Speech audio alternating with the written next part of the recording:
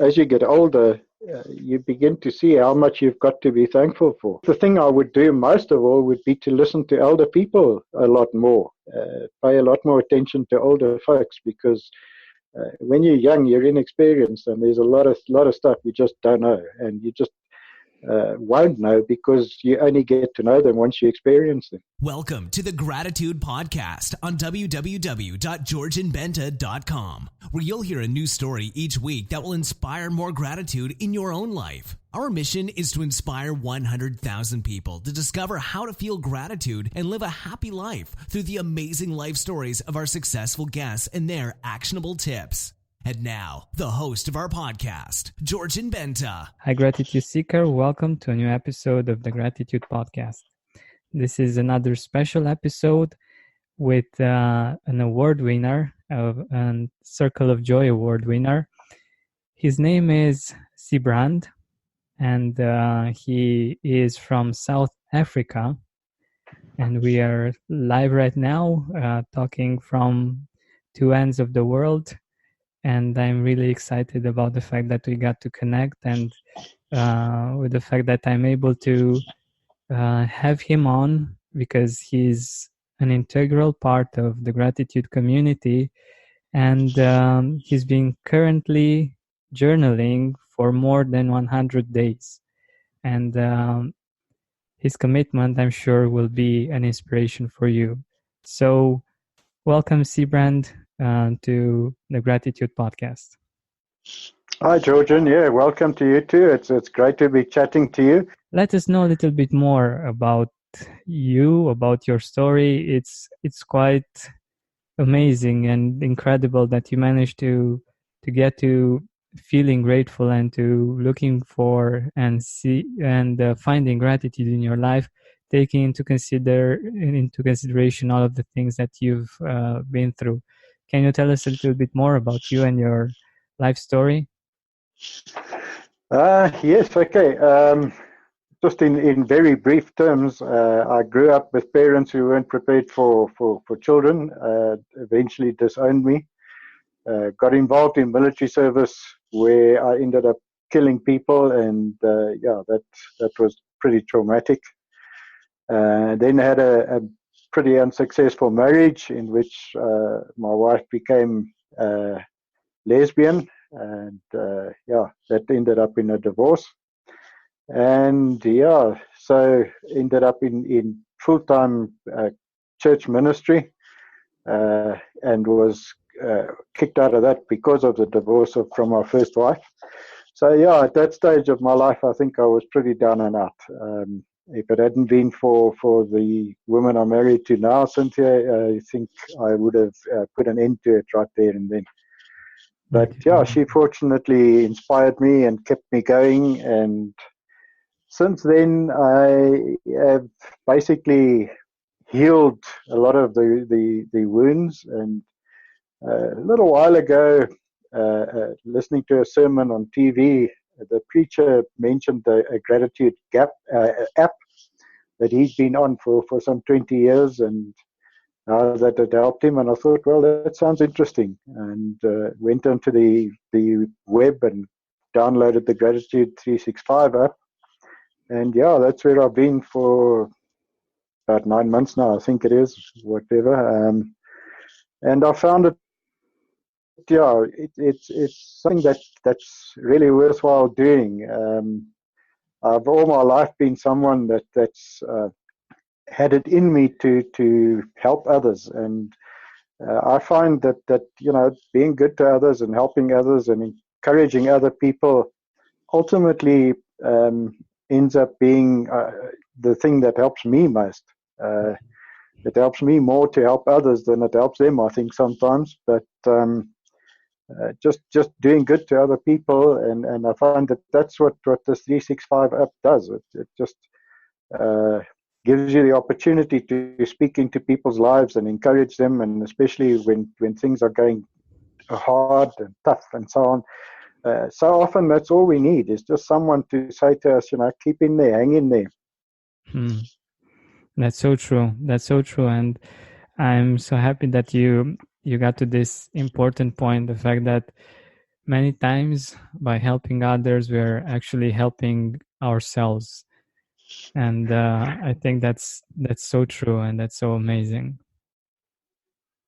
Yeah, I found it sounds vain, and it sounds as if, okay, so in other words, you're only doing this for yourself, but uh, it's a bit of a paradox. It's not that one does it for yourself, because the moment you start thinking of it that way, you become ineffective, or would become ineffective, and yeah, you wouldn't be of much use to anybody else. But as long as you're sincere in wanting to help other people, and sharing what you know and what your experiences have been. And for me, a lot of the time, it's sharing my faith in God, and how God has helped me. That if one is genuine with it, then I find it does often help other people. Exactly. Yeah, I totally agree with that. The fact that we are genuine in this and we are helping people from our heart and because we really want to help them, that actually leads to something positive for us as well. But it's not the main purpose. It's just a side benefit that is pretty amazing. But I wanted to get back a little bit to the Gratitude 360 app, and I wanted to ask you if you can share with us some of the things that you are writing in the Gratitude 360 app, like some of the things that you are grateful for. Yeah, generally, the thing that I am most grateful for is for my relationship with God, the Father, the Son, and the Holy Spirit, and how that impacts on my life, and makes me appreciate my gifts, particularly late, just of late, in the last 9 months or so, discovered a gift for art, and I've been painting and enjoying that. Wow. And people that have seen that have sort of said, have you never done anything like this before? Never had any lessons? And no, I haven't. But it's just been an interest that now that I'm retired, I think one sort of feels, oh, okay, fine. It takes up time, and it's fulfilling, and it's creative. Um, it has a lot in common, I think, with the app, and I've occasionally encouraged people to, when they're down and out, to get into art, and you don't have to be always talented. Sometimes it's just a way of expressing yourself, and so on, that is helpful for anybody to just try and be a bit creative. It builds confidence. Yeah, and it's a great way of expressing feelings and putting things that are inside on a canvas. And yeah, that's very beautiful. And by the way, do you have like a place online where we could see your work? Yeah, it's on Google Photo, what you call it, app. Under my email address, I'm linked in there. It's on Sybrand191@gmail.com. The 191 comes from my street address. Mm-hmm. And yeah, that's it. That's where the few paintings I've done up to now are basically on the app there.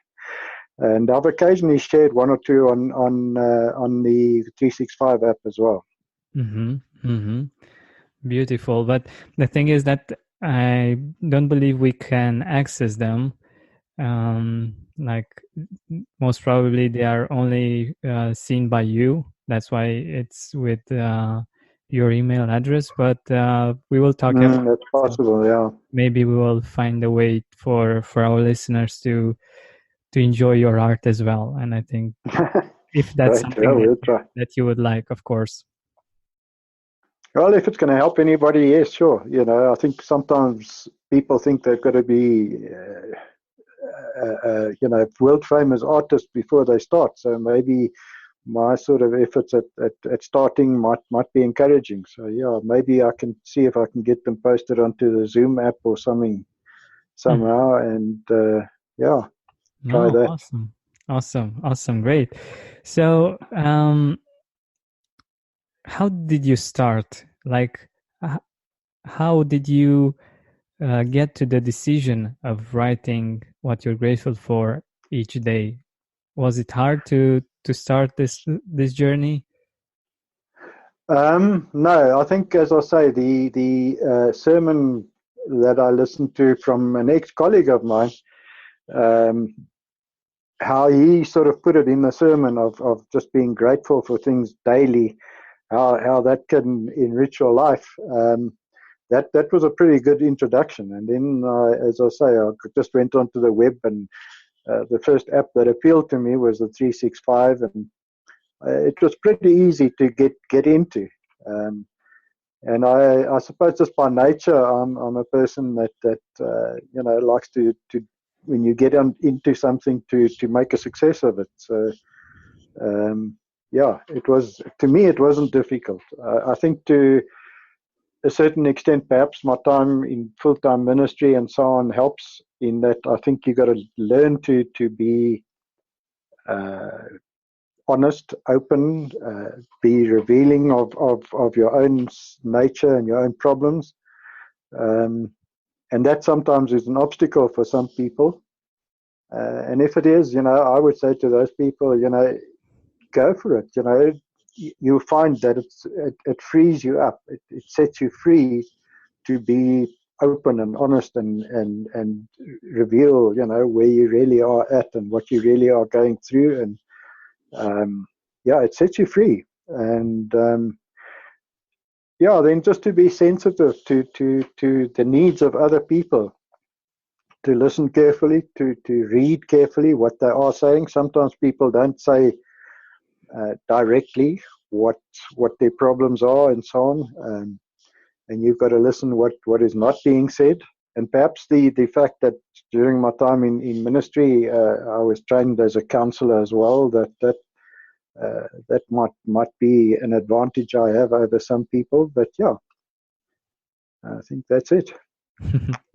That's beautiful, and I really appreciate this wisdom that you're sharing with us.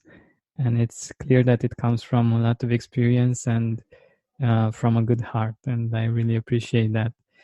But I also wanted to get to something else, like how has your life changed since you've begun writing the things that you're grateful for? I think when I started, I was at a pretty low point. I'd just been to Australia to visit my daughter there, and that was great. It was really a good time. So ending that was very difficult and a bit heartsore and so on. And I was also just getting used to retiring, and that wasn't easy. Suddenly, being almost redundant, finding new roles in life. And as I got going on the gratitude app, it suddenly gave me new purpose. And it sounds crazy to for an app to be the purpose of life, but it did create a purpose. And eventually, as I say, then with the starting to draw and paint, that became a purpose. And so gradually I've developed other things, but initially I think the app kept me going and lifted me up, lifted me out of the sort of feeling sorry for myself to a certain extent. And I do suffer from depression and post-traumatic stress disorder. So those sort of things like impact on one a little bit heavily, and the trouble is they impact on you and affect you before you realize it. So you're in a bad place before you realize you're going to a bad place. And through the app and sticking with it and seeing other people's sufferings and what have you, and trying to encourage other people, as I say, it starts lifting you and you become stronger. And I feel like I'm in a much better place now than what I was 9 months ago or so. Beautiful. I love the way you describe the whole process and the fact that you're so aware of everything that's happening on the inside, because many many people aren't too much aware of what's happening on the inside. They're rather focused on what's happening outside of them, and yeah, going through these life changes, it's really powerful to have a tool like this to refocus on the good things of life, on the fact that you can still do things that have meaning and that are helpful to people. And yeah, I'm really happy to hear that. But I also wanted to ask you, how did you keep going? Like, what was your motivation to keep going for so many days? I think to a certain extent, it's probably that one develops eventually a feeling of responsibility.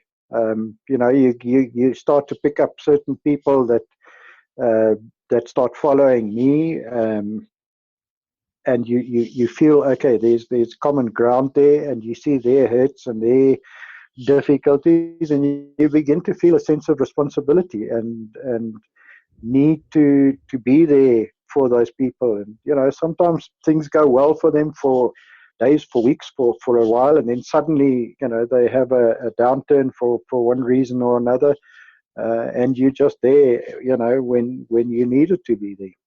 And I think it's that sort of sense of responsibility that keeps one going. um, Certainly that's what keeps me going.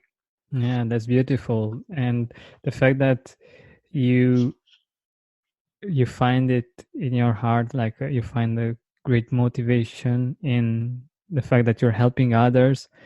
And yeah, that says a lot about you and about the fact that caring for people is an important part of being human, and of having meaning in this world. And yeah, I think that's really great. And yeah, you wanted to say something. Yes, no, it's just as you're saying, it's like it's what's the word I'm looking for? Makes me feel good what you're saying, but that's not just the only thing. I just for a long time have felt that we live in a world that's cruel, and where people don't care for people, and really that's what we were created for. We created to be there for one another. We created as social beings. And the world has turned us into antisocial beings, and it's something that the more people can see of what it is like to be a social being, the more they'll be encouraged to do the same. And yeah, that's I suppose is part of my crusade. Beautiful. I love that. And by the way, can you tell us a little bit about the culture there in South Africa? Like, do they have any teachings regarding gratitude? Not really. Yeah. So it's maybe in certain religious circles, Christian or I don't know so much about the other religions, but certainly in Christian religious circles, there'll be the odd thing said about it on the odd sermon, but it's not a big thing in South Africa as such. I think psychiatrists and psychologists in South Africa are generally, still fighting as to which method is the method, and what shapes you in your life, and they're still trying to fight each other as to whose way is the best way. And I think sometimes that overcomplicates the whole psychology of humanity unnecessarily. When ultimately I think the main thing that comes out of it is love, and either you love people or you don't, and it's pretty simple. And I think that's something that happens in the gratitude app, is that people begin to discover the reality of love, and that love is not just a sexual physical thing, but that there's far more to it. That's amazing. That's amazing. Indeed, like I in my own quest to find the truth, like the truth with a big T, I found that in different religions and cultures, the two things that I've been seeing everywhere were gratitude and love. And yeah, I totally believe that, and I think they are also very much intertwined. And of course, without caring for people and loving, it's really hard to make a difference and to leave a positive mark on the world.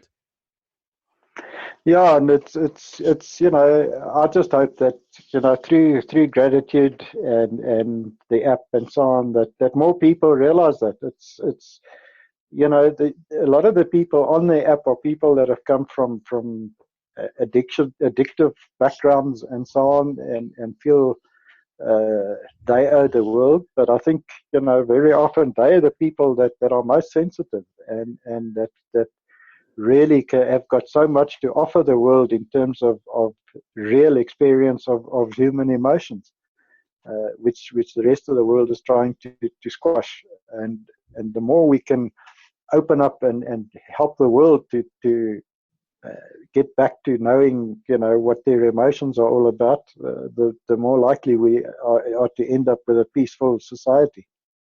Exactly. And by the way, if you could go back in time, like maybe 20, 30, or 40 years ago, what would you tell your younger self about gratitude? Oh, just I think that when as you get older, you begin to see how much you've got to be thankful for, and I don't know that it would change. I think perhaps I think the thing I would do most of all would be to listen to elder people a lot more, pay a lot more attention to older folks, because when you're young, you're inexperienced, and there's a lot of stuff you just don't know, and you just won't know because you only get to know them once you experience them. Exactly. Yeah, I reached the same conclusion, to be honest, with my parents, for instance, that some things that I didn't agree with, I ended up agreeing with them through experience and seeing that they were right, actually, about many things that I just couldn't see because I was too young to have that perspective. And yeah, I totally agree with that, and I think it's an important lesson to learn for all of us. And yeah, we're always learning, right? Absolutely, yeah. You just don't stop. I think the only thing that changes is that the older you get, the more you realize you still got a lot to learn.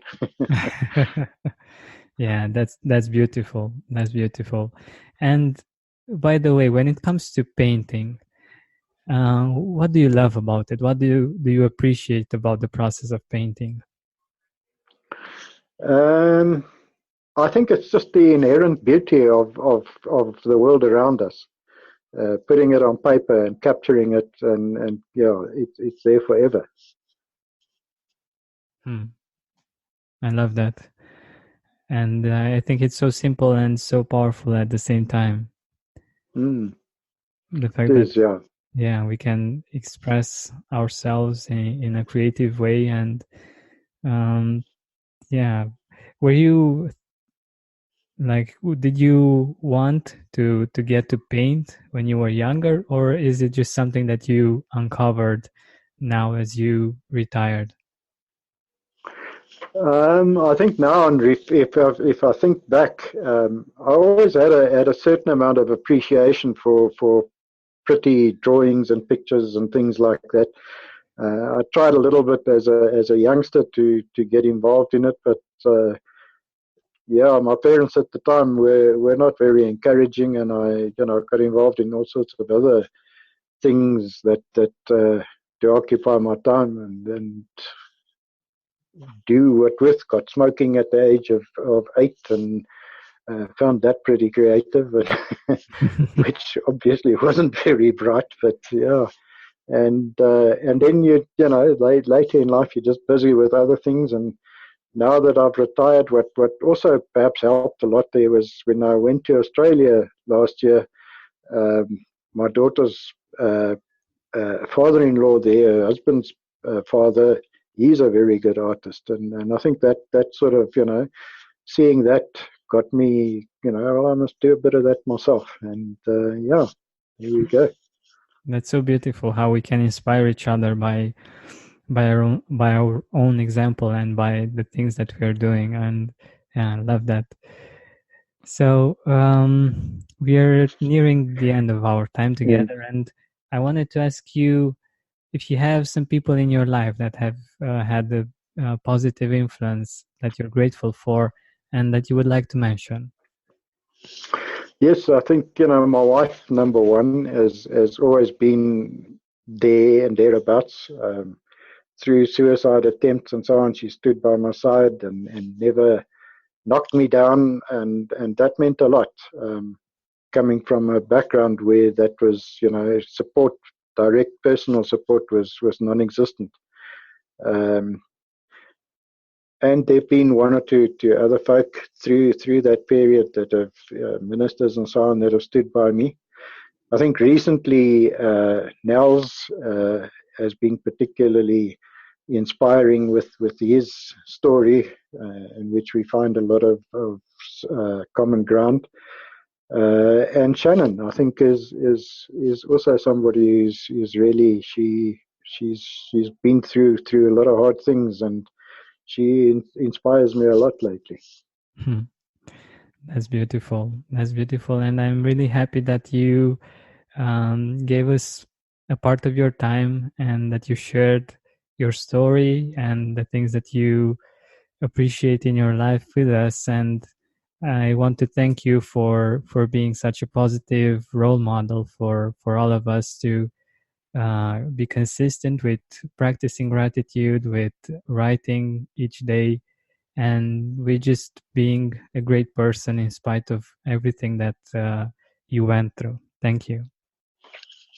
Thank you, Georgian. And yeah, I think, first of all, let me say, that all the glory must go to God, because he's made me what I am. And yeah, just to leave peace with everybody, the peace of God, as I in most of my contributions on 365 with John 14 verse 27. So yeah, best blessings and peace to everyone. Beautiful. Thank you so much. Thank you. See you. Bye. Hey, Gratitude Seeker, thank you so much for taking the time to listen to this interview. I really appreciate it. And if you could think of one person that would also benefit from it, share it with them. It might actually be the inspiration that they need to make their day or maybe even their life much better. Thank you so much once again. This has been Georgian Benta. Don't forget to keep seeking and spreading gratitude.